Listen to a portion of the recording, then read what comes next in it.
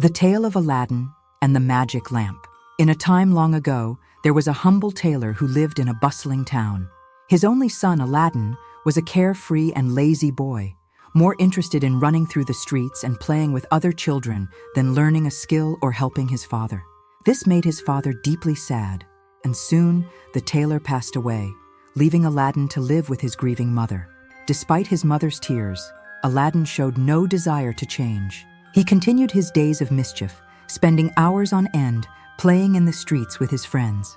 One day, while playing as usual, a mysterious man approached Aladdin. He asked the boy his age and whether he was the son of the tailor, Mustafa. "Yes, I am," Aladdin answered, "but my father passed away long ago." The stranger, who revealed himself to be a magician from distant lands, embraced Aladdin and kissed his forehead. "I am your uncle," he said, "and I've recognized you from the resemblance to your father." The magician assured Aladdin that he had been away for many years, but now he was back to help. Aladdin rushed home to tell his mother about the stranger. His mother, although confused, was happy to learn that Aladdin had an uncle. She prepared a meal for their guest, and soon the magician arrived, carrying gifts of wine and fruits. He kissed the spot where Aladdin's father used to sit, explaining that he had been away for 40 years and was just now returning. The magician turned to Aladdin and asked, "What is your trade, boy?" Aladdin, feeling embarrassed, lowered his head. His mother, on the verge of tears, explained that her son had yet to learn any trade. Seeing this, the magician smiled and offered to help. "Let me find you work," he said. "I will set up a shop for you and fill it with goods." The next day, the magician bought Aladdin a fine new suit and took him on a tour of the city, showing him all its wonders. Aladdin's mother was delighted to see her son looking so grown up. The following morning, the magician took Aladdin on a journey far beyond the city gates to a beautiful garden surrounded by trees. They sat near a fountain, where the magician shared a meal with Aladdin before continuing their travels into the distant mountains. As they reached the base of the mountains, Aladdin, feeling exhausted, begged to return home, but the magician insisted on continuing, telling stories to keep Aladdin entertained. At last, they arrived at a narrow valley between two towering mountains. The magician told Aladdin, "We can go no further, but I will show you something amazing." He instructed Aladdin to gather sticks while he prepared a fire. Once the fire was alight, the magician sprinkled a strange powder on it and uttered a few words in a language that Aladdin had never heard before. The ground suddenly quaked beneath their feet, revealing a flat, square stone with a brass ring in the center, ready to be lifted. Aladdin, frightened by the strange occurrence, tried to run, but the magician swiftly caught him, striking him with a force that knocked him to the ground. "What have I done, uncle?" Aladdin cried out in fear. The magician, seeing Aladdin's distress, softened his tone. "Do not fear, my boy, but listen carefully and follow my instructions. Beneath this stone lies a treasure meant for you alone, and no one else may touch it. You must do exactly as I say." The mention of treasure filled Aladdin with excitement, and all his fears melted away. He grabbed the brass ring, repeating the names of his father and grandfather, just as the magician had told him. The stone lifted easily, revealing a flight of steps leading down into darkness. "Go down these steps," the magician ordered. "At the bottom, you'll find a door that opens to 3 grand halls. Walk through them without touching anything, for if you do, you will perish immediately. These halls lead to a garden full of lush fruit trees. Keep walking until you reach a terrace with a niche where a lamp will be glowing. Pour out the oil from the lamp and bring it to me." The magician handed Aladdin a ring and wished him good fortune.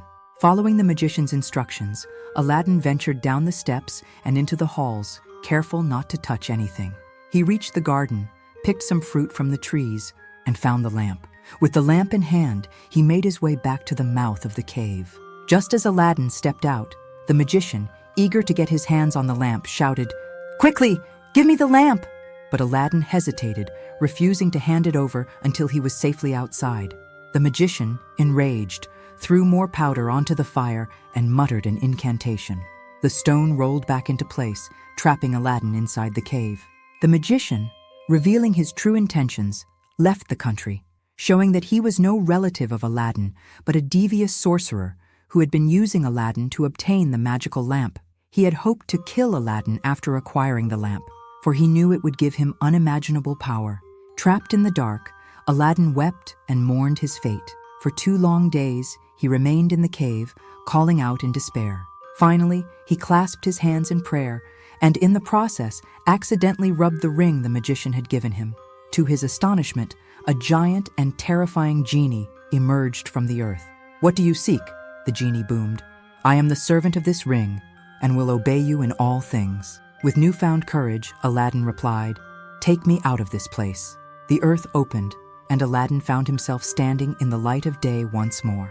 Weak from his ordeal, he made his way home, fainting as he crossed the threshold of his house. When Aladdin regained consciousness, he explained everything to his mother, showing her the magical lamp and the fruits he had gathered, which were, in fact, precious jewels. Hungry, he asked her for food, but his mother, unable to provide a proper meal, sighed and said, "My dear child, we have nothing left, but I have spun some cotton and will go sell it." Aladdin, realizing their dire situation, told his mother to keep her cotton and instead sell the magic lamp.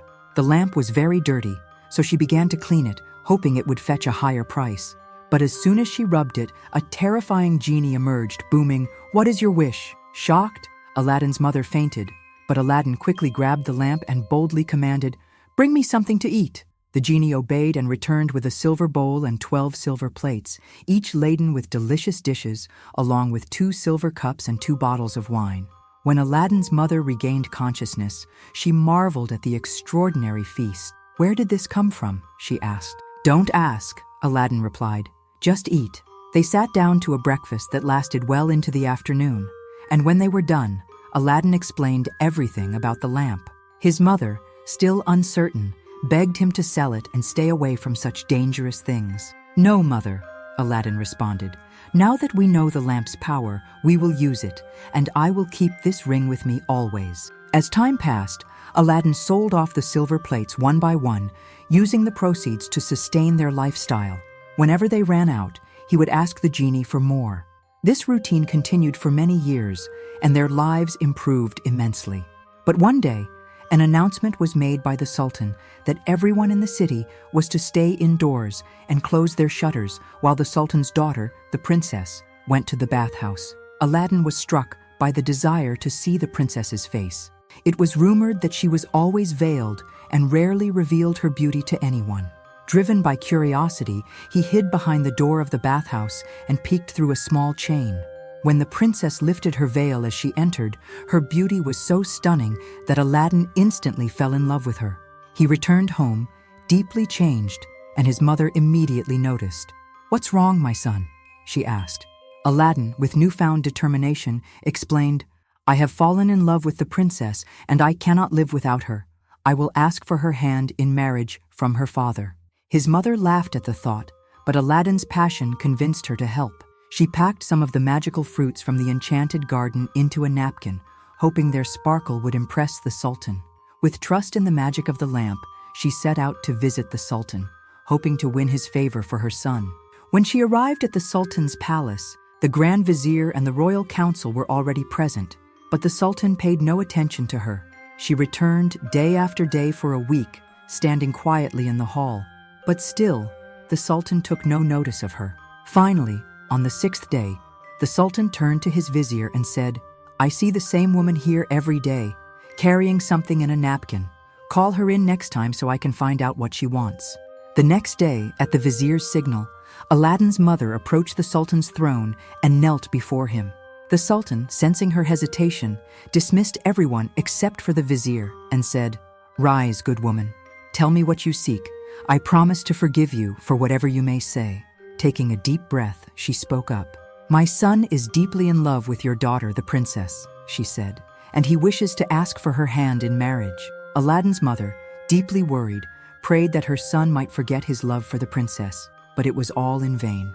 Aladdin was determined, and he threatened to do something desperate if she refused to go and ask the Sultan for the princess's hand. With great reluctance, his mother agreed, but she asked the Sultan for forgiveness, not just for herself, but for her son, Aladdin. When the Sultan saw the napkin she was carrying, he kindly asked what was inside. She opened it and revealed the precious jewels that had been gathered from the enchanted garden. The Sultan was astonished. Turning to his vizier, he said, "What do you think? Should I not give the princess to a man who values her at such a high price?" The vizier, who had his own designs on the princess for his son, begged the sultan to delay the marriage for 3 months, hoping that his son would be able to come up with a richer gift in that time. The sultan agreed, but told Aladdin's mother that, though he would consent to the marriage, she should not come before him again for 3 months. Aladdin waited patiently for nearly 2 months, but one day his mother went into the city to buy oil and found everyone celebrating. "What's going on?" she asked. "Don't you know?" came the reply.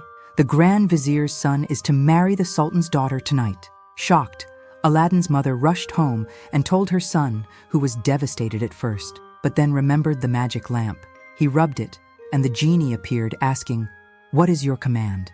Aladdin's voice was filled with determination as he said, "The Sultan has broken his promise to me, and the Vizier's son is to marry the princess. I command you to bring the bride and groom here tonight." "Master, I obey," the genie replied. At midnight, Aladdin went to his chamber, and soon the genie transported the bed of the vizier's son and the princess to Aladdin's room. The genie instructed, "Take this new groom and place him outside in the cold. Return at dawn." With that, the genie removed the vizier's son from the bed and left Aladdin with the princess. "Do not be afraid," Aladdin said gently. "You are my wife, promised to me by your father, and nothing will harm you." The princess, too frightened to respond, passed a miserable night while Aladdin slept soundly beside her. As promised, the genie returned at dawn, bringing the shivering groom back to the bed and transporting it back to the palace. When the sultan came to visit his daughter in the morning, he found the vizier's son leaping out of bed, hiding in panic, while the princess remained silent and sorrowful. The sultan, concerned, sent the princess's mother to see what was wrong. "Why will you not speak to your father?" the queen asked. "What has happened?" The princess sighed deeply and explained how, during the night, her bed had been transported to a strange house where something unimaginable had occurred. Her mother, not believing a word, dismissed it as a bad dream and told her to rise and stop worrying. However, the same strange event happened again that very night. The next morning, when the princess refused to speak once more, the sultan, growing furious, threatened to have her executed. The princess, now convinced that her strange experience was no dream, confessed everything to the sultan. "Ask the vizier's son if it is not true," she urged. The sultan, puzzled and determined to uncover the truth, ordered the vizier to question his son. The vizier's son, terrified by the nightmarish events, admitted that he would rather die than endure another night like that. He begged the sultan to separate him from the princess, and his wish was granted. With that, the celebrations and feasting came to an end. As the 3 months passed, Aladdin's mother went to the sultan to remind him of his promise. She stood in the same spot as before, and upon seeing her, the sultan remembered his agreement and called for her. However, when he saw her humble appearance, his resolve wavered. He consulted his vizier, who advised him to set such a high price on the princess that no man could meet it. The sultan then turned to Aladdin's mother and said, "Good woman, the sultan must honor his promises, and I will honor mine. But your son must first send me 40 basins of gold, each brimming with jewels, carried by 40 black slaves, each led by a white slave in fine clothes. Tell him that I await his answer." Aladdin's mother, feeling defeated, returned home. She told Aladdin the sultan's message, adding that it would take a long time to gather such a fortune. But Aladdin, confident, replied, "Not as long as you think, mother. I would do even more for the princess." With that, Aladdin summoned the genie. In moments, 80 slaves appeared, each carrying a basin of gold filled with jewels. They filled Aladdin's house and garden. Aladdin had them march 2 by 2 to the sultan's palace, with his mother following behind. The slaves were so richly adorned, with jewels sparkling on their clothing, that a crowd gathered to watch. When they arrived at the palace, Aladdin's mother knelt before the sultan and presented the basins. The sultan, impressed, could no longer refuse. "Good woman," he said, "return to your son and tell him that I await him with open arms." Aladdin's mother hurried home to deliver the good news. But Aladdin, wanting to make an even grander impression, first called for the genie. "I want a scented bath," he ordered, "a richly embroidered robe, a horse more magnificent than the sultan's, and 20 slaves to attend to me. Additionally, 6 slaves to wait on my mother, and finally, 10,000 pieces of gold in 10 purses. No sooner had Aladdin spoken than the genie made it all happen. Aladdin mounted his beautiful horse and rode through the streets with his slaves scattering gold behind them. The people who had known him as a boy barely recognized him, for he had become so handsome. When the Sultan saw Aladdin approaching, he descended from his throne, embraced him, and led him into a hall where a feast had been prepared. The Sultan was eager to marry his daughter to Aladdin that very day. But Aladdin, ever respectful, said, "I must first build a palace worthy of her," and left to fulfill his promise. Once home, Aladdin turned to the genie and commanded, "Build me a palace of the finest marble, adorned with jasper, agate, and all manner of precious stones." Aladdin gave the genie clear instructions for the palace. In the center, build me a grand hall with a dome. The walls must be made of solid gold and silver, each side with 6 windows, all but one of which should be fitted with diamonds and rubies. Leave one unfinished. There should also be stables, horses, grooms, and slaves. Make it happen. The next day, the palace was completed, and the genie transported Aladdin there, showing him that every detail had been perfectly executed, even a velvet carpet stretching from his palace to the Sultan's. Aladdin's mother, dressed in her finest clothes, walked to the palace with her slaves, followed by Aladdin on horseback. The Sultan, eager to welcome them, sent musicians playing trumpets and cymbals, filling the air with music and applause. Aladdin's mother was then escorted to the princess, who greeted her warmly and treated her with great respect. That evening, the princess bid her father farewell and set off for Aladdin's palace, traveling with his mother and accompanied by 100 slaves. The princess was charmed by the sight of Aladdin, who eagerly awaited her arrival. "Princess," he said, "blame my boldness on your beauty if I have offended you." The princess, smiling, assured him that she willingly obeyed her father's wishes. After their wedding, Aladdin led her into the hall, where a magnificent feast awaited them. They dined and danced until midnight. The next day, Aladdin invited the Sultan to visit the palace. As the Sultan entered the hall, his eyes widened in amazement at the sight of the windows adorned with rubies, diamonds, and emeralds. "It is a wonder," he exclaimed. "But there is one thing that puzzles me. Why was one window left unfinished?" "Not by accident, Your Majesty," Aladdin replied. "I left it unfinished deliberately, so that you, as the Sultan, might have the glory of completing this palace." The Sultan, pleased with Aladdin's respect, immediately summoned the best jewelers in the city. He showed them the unfinished window and instructed them to complete it as beautifully as the others. However, after a month of work, the jewelers had barely made any progress. Their spokesman told the Sultan, "We cannot find enough jewels to finish this window." The Sultan, unwilling to give up, sent for his own jewels, but even with them, the work still didn't progress. Realizing that the task was impossible, Aladdin instructed the jewelers to undo their work and return the jewels.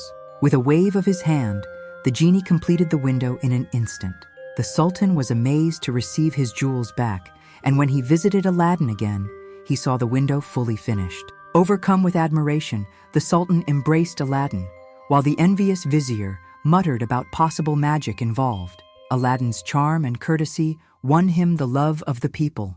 He was made the captain of the Sultan's armies and led them to victory in several battles. Despite his newfound power, Aladdin remained humble and kind, living peacefully with his princess for many years. But far away in Africa, the magician, still nursing his anger, discovered through his dark arts that Aladdin had survived and thrived. He had married the princess and was living in wealth and honor. Furious that the poor tailor's son had succeeded where he had failed, the magician set out on a long journey to China, determined to bring about Aladdin's ruin. As the magician passed through the town, he overheard people talking excitedly about a magnificent palace. "Forgive my ignorance," he asked. "What is this palace you speak of?" "Have you not heard of Prince Aladdin's palace?" came the reply. "It's the greatest wonder in the world. I'll show you the way if you wish to see it." Grateful for the directions, the magician soon laid eyes on the grand palace. The sight of it sent him into a fit of rage, for he realized that the palace had been created by the magic of the lamp. His fury consumed him, and he swore to take back the lamp and return Aladdin to his former poverty. Fortune seemed to favor the magician, as Aladdin had been away hunting for 8 days, leaving his palace unattended.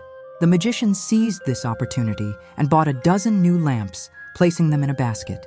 He then made his way to the palace, shouting, "New lamps for old!" The crowd cheered as he passed. The princess, seated in the hall with its 24 windows, heard the commotion and sent a slave to investigate. The slave returned, laughing, prompting the princess to scold her. "Why are you laughing?" the princess asked. "Madam," the slave replied, "who can resist laughing when they see an old fool trying to exchange fine new lamps for old ones?" Another slave overheard and said, "There's an old lamp on the cornice. He can take that one." Unaware of the lamp's magic, the princess instructed the slave to give the magician the old lamp in exchange for a new one. The magician snatched the lamp eagerly, dismissing the crowd's jeers, and walked away, content with his prize. Once outside the city, the magician found a quiet, remote place. As night fell, he took out the lamp and rubbed it. The genie appeared, and at the magician's command, he transported the palace, along with the princess, to a desolate part of Africa.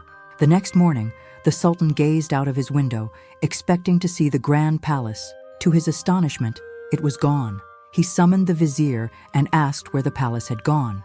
The vizier, just as perplexed, suggested that magic was at work. The sultan, now convinced, agreed, and sent 30 men on horseback to capture Aladdin and bring him back in chains. The men found Aladdin hiding, and though he tried to resist, they forced him to walk back with them. However, the people who loved Aladdin for his kindness and courage followed him, armed and determined to protect him. Aladdin was brought before the sultan, who, in a fit of anger, ordered the executioner to take Aladdin's life. The executioner made Aladdin kneel, blindfolded him, and raised his scimitar, ready to strike. Just then, the vizier noticed the crowd outside the palace, pushing their way into the courtyard and climbing the walls to rescue Aladdin. The sight of the angry mob forced the sultan to reconsider. In the face of such defiance, he called for Aladdin to be unbound and pardoned in front of the crowd. Aladdin, filled with dread, asked the sultan what crime he had committed. "You are a false wretch," the sultan cried, pointing out of the window. "Look where your palace once stood." Aladdin gazed in shock, unable to speak. The sultan's voice rang out, "Where is my daughter and your palace? I'm not as concerned about the palace, but I must have my daughter back. You will find her or lose your hand." Aladdin, trembling, begged for 40 days to search for the princess, promising that if he failed, he would face death at the sultan's command. The sultan reluctantly agreed, and Aladdin left the palace, his heart heavy with sorrow. For 3 days, Aladdin wandered aimlessly, asking anyone he met if they knew where his palace had gone. But people only laughed and pitied him, mocking his misfortune. Near the banks of a river, Aladdin knelt to pray and, in despair, was about to throw himself in when he accidentally rubbed the ring still on his finger. The genie appeared, asking, "What is your will?" "Save my life, genie," Aladdin cried, "and bring back my palace." The genie's voice was solemn. "That is not within my power. I am the slave of the ring. You must ask the genie of the lamp for that." "But you can take me to my palace," Aladdin insisted. "Please, take me to Africa under my wife's window." The genie nodded, and in an instant, Aladdin found himself beneath the princess's window. Exhausted, he collapsed and fell asleep. When he awoke, the sound of birds singing filled his ears. His heart felt lighter, and he realized that all his troubles had come from the loss of the lamp. He wondered bitterly who had stolen it. Meanwhile, the princess, who had endured many hardships since the magician took her away, rose early that morning. The magician had made her endure his presence once a day, but she treated him so harshly that he dared not stay with her all the time. As she was dressing, one of her servants glanced out the window and saw Aladdin. The princess rushed to the window and called out to him. Aladdin, hearing her voice, looked up in surprise. His heart filled with joy as he saw her again. The princess, equally delighted, opened the window, and they embraced. After their joyful reunion, Aladdin said, "I beg of you, my love, for the sake of both of us, tell me what happened to the lamp I left on the cornice in the hall of the 24 windows when I went hunting." The princess, her voice full of sorrow, confessed, "Aladdin, I am the innocent cause of our misfortune. I exchanged the lamp with an old magician who came by offering new ones for old. I did it unknowingly, but now I see the consequences. Now I understand, Aladdin said, his eyes flashing with anger. We have the magician to thank for this disaster. Where is the lamp now? The princess lowered her gaze. He carries it with him. He showed it to me, pulling it from his breast. He wants me to break my promise to you and marry him, claiming that you were killed by my father's command. He speaks ill of you constantly, but I have only answered him with my tears. If I persist, I fear he will use violence against me.